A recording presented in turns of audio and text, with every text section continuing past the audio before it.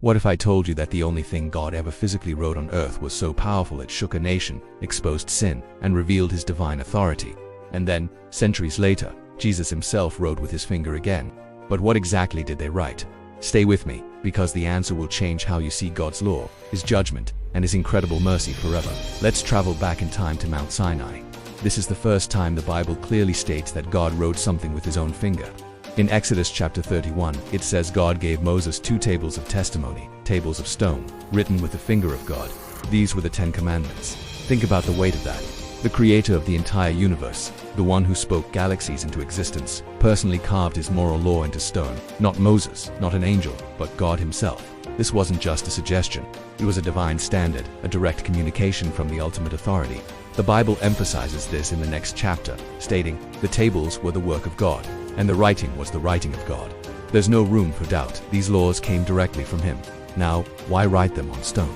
Stone symbolizes permanence, something that endures. Just as Psalm 119 says, "Forever, O Lord, thy word is settled in heaven." God's law is eternal and unchanging. It stands forever.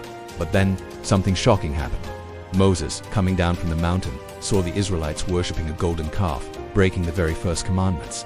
In a moment of righteous anger, he cast the stone tablets out of his hands and broke them at the foot of the mountain.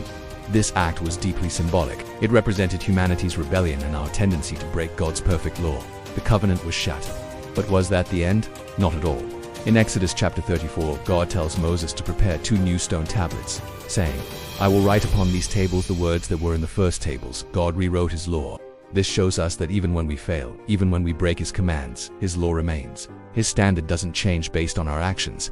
It's a testament to both his unchanging nature and his willingness to restore what was broken. But that wasn't the only time God's finger made an appearance. Hundreds of years later, in a completely different setting, it happened again. This time, it wasn't to establish a law, but to pronounce a judgment. We find this story in the book of Daniel, chapter 5. The Babylonian king Belshazzar was throwing a huge, arrogant party, using sacred vessels stolen from God's temple in Jerusalem. Suddenly, the fingers of a man's hand appeared and began writing on the palace wall. The king was terrified, his face turned pale, and his knees knocked together. No one could understand the writing until Daniel was brought in. The message was Mene Mene, Tekel, Uparsin. Daniel explained its meaning. God had numbered the days of Belshazzar's kingdom and brought it to an end. He had been weighed on the scales and found wanting. His kingdom would be divided and given to others. That very night, the king was killed, and Babylon fell. So now we see 2 sides of God's writing. His finger writes the eternal law, but it also writes judgment against those who defiantly oppose him. It sets the standard, and it holds people accountable. This brings us to the most mysterious and perhaps the most powerful instance of all. Fast forward to the time of Jesus. In John chapter 8, a group of religious leaders drags a woman caught in adultery before him. They're trying to trap him. According to the law of Moses, she should be stoned to death. They ask Jesus what they should do, but instead of answering immediately, Jesus stooped down and with his finger wrote on the ground. The Bible doesn't tell us what he wrote. Some scholars speculate he was writing the sins of the accusers, or perhaps the very law they were trying to use against the woman. We don't know for sure, and maybe that's the point. The mystery focuses us on his next words. As they continued to press him, he stood up and said, "He that is without sin among you, let him first cast a stone at her." Then he stooped down and wrote on the ground again, one by one, starting with the oldest.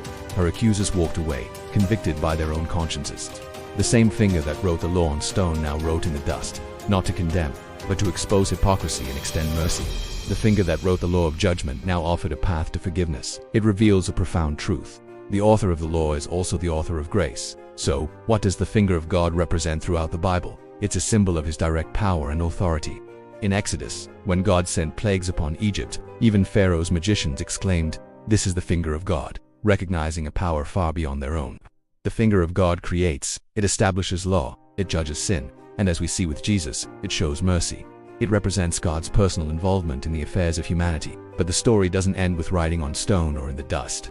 God's ultimate plan was always something much more personal, much more transformative. The prophet Jeremiah foretold a new covenant, where God says, "I will put my law in their inward parts, and write it in their hearts."